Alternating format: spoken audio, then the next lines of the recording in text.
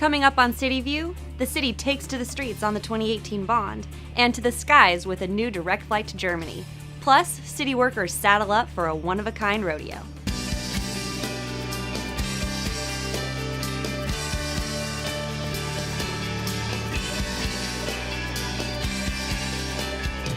Hi, thanks for joining us. I'm your host, Allie Van Dyke. The City of Austin is hosting open houses this month to give Austinites the opportunity to learn more and ask questions about the 2018 bond. The bond open houses are being held across the city through mid-October.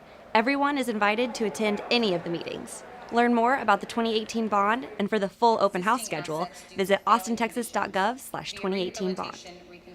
It was a big day for mobility as the public got an in-person look at transportation plans for the future.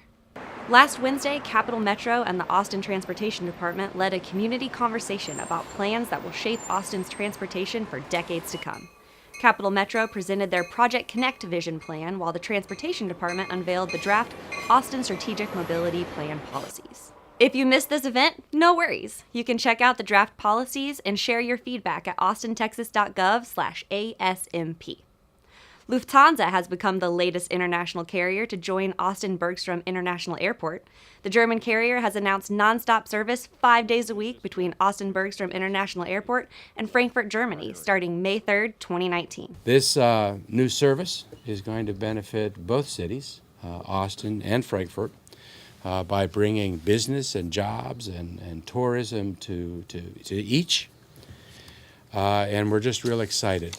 We aspire to have this aircraft flying out of Austin as we continue to grow and build this market. Thank you very much, sir. Thank you. 71 small business owners attended Austin Energy's inaugural small business meet and greet in September. The event offered participants a chance to network and learn more about doing business with Austin Energy and other City of Austin departments, and to hear about upcoming projects they may be able to bid on. The event attracted small business owners across several disciplines, from construction and catering to information technology and engineering.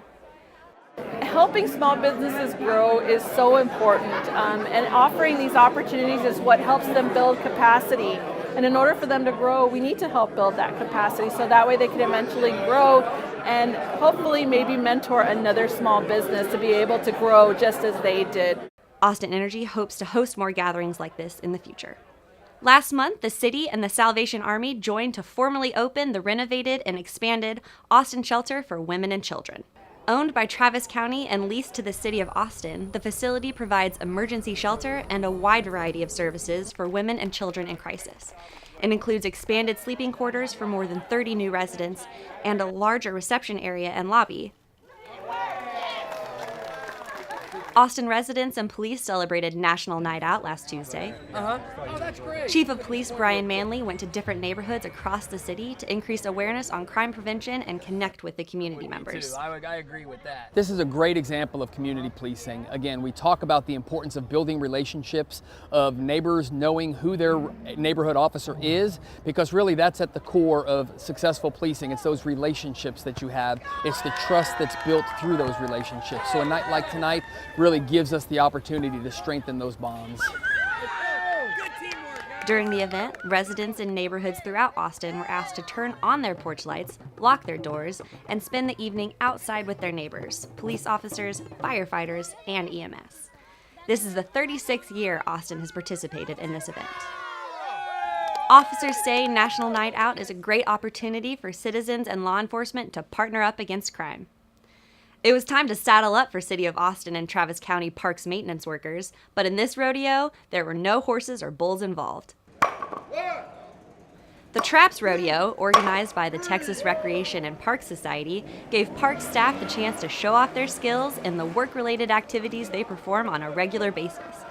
The competition was made up of 7 events that included nail driving, a backpack blower competition, truck and trailer driving, and a mower obstacle course. The annual event aims to promote camaraderie while allowing staff to show off their skills to friends and family. It's really cool that these guys who do these jobs every day get to come out, compete, show off a little bit, have a little friendly competition. The guys here at the city and Travis County Parks work really hard for the citizens who are our bosses. And this is just a good time for them to kind of compete and get bragging rights for the whole year. Winners in the local competition will go on to the regional rodeo in San Marcos and then the state finals in El Paso. That's all for this week's City View. Our next episode premieres Monday, October 22nd. Keep it classy, Austin.